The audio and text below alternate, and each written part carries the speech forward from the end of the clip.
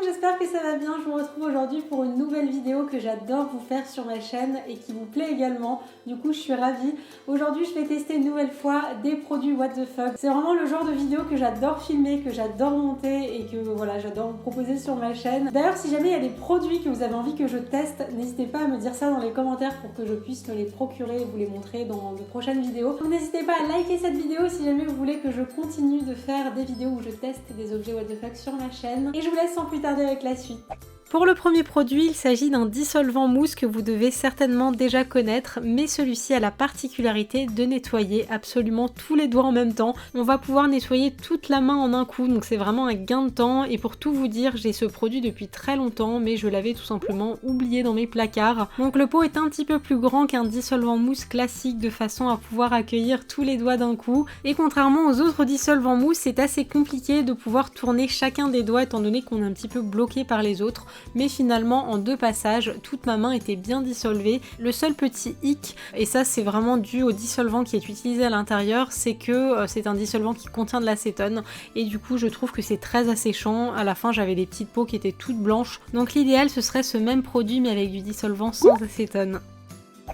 Ensuite, je voulais essayer un produit que j'avais acheté il y a quelques temps pendant les soldes chez Sephora. C'est un petit embout qui va permettre de faciliter l'application du vernis pour les ongles rongés ou les ongles très très courts. Et comme ce n'est pas tout à fait mon cas, j'ai demandé à mon chéri de me prêter ses mains pour faire l'essai. Puisque quand on a les ongles assez courts, malheureusement quand on pose du vernis, on a tendance à mettre un petit peu de vernis sur la peau qui dépasse. Je sais pas si c'est très clair. Donc on a commencé par mettre en place le petit embout tant bien que mal. C'était pas ce qu'il y avait de plus simple, d'autant plus que c'est un embout en métal, donc forcément ça fait un petit peu mal. Et une fois qu'on l'a à peu près bien mis, je savais pas trop comment il fallait le mettre, j'ai appliqué le vernis pour voir un petit peu ce que ça donnait. Et j'ai vraiment mis des coups de pinceau en dépassant et je me suis rendu compte en fait que le produit retenait quand même bien la peau, parce qu'après j'ai fait un essai en appliquant le vernis de la même façon. Et comme vous pouvez le voir, ça en a vraiment mis partout sur l'extrémité du doigt, donc on va dire que c'est quand même très très efficace.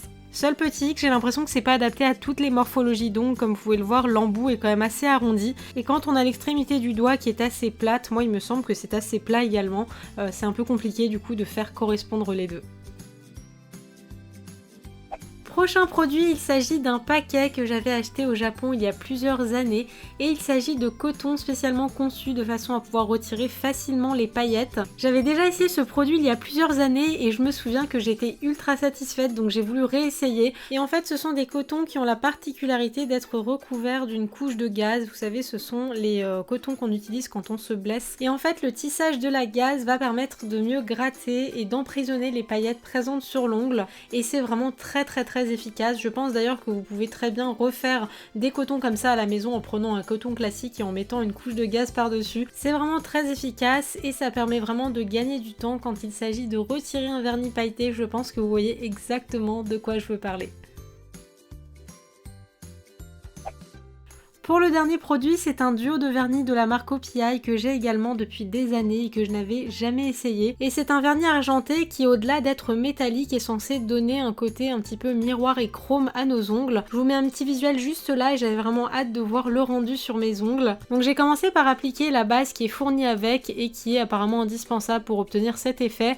Mais comme j'étais pas tout à fait sûre, j'ai quand même gardé un ongle avec une base classique pour voir un petit peu si cette base servait vraiment à quelque chose. Et une fois qu'elle est bien sèche, je suis passée à l'application du vernis. Alors c'est clairement pas le vernis le plus simple à appliquer puisque dès qu'on repasse le pinceau par-dessus, on a comme des sortes de trous qui se forment, donc il faut vraiment l'appliquer en un seul coup si possible. Et ça m'a rappelé un petit peu tous les vernis à effets spéciaux que j'ai pu tester dans le passé, notamment des vernis holographiques. En fait souvent les vernis qui sont très jolis sont un petit peu plus difficiles à appliquer que des vernis classiques. Donc je me suis vraiment pas inquiétée que la première couche ne soit pas parfaite, c'est souvent comme ça avec ce genre de vernis, mais je me suis rendu compte qu'en séchant, le vernis était de plus en plus brillant et avait un aspect de plus en plus miroir, contrairement à la texture du vernis au moment de l'application qui est beaucoup plus granuleuse. Ensuite, je suis passée à la seconde couche et je me suis rendu compte que l'ongle sur lequel j'avais mis une base classique avait réagi exactement de la même façon, donc je ne suis pas tout à fait sûre de l'utilité de la base qui est fournie avec. Et donc voilà le rendu final. Alors je trouve que c'est beaucoup plus chrome qu'un vernis métallique classique. Après on n'est clairement pas sur de la poudre miroir qu'on pose avec une finition gel, mais c'est beaucoup plus brillant qu'un vernis métallique classique.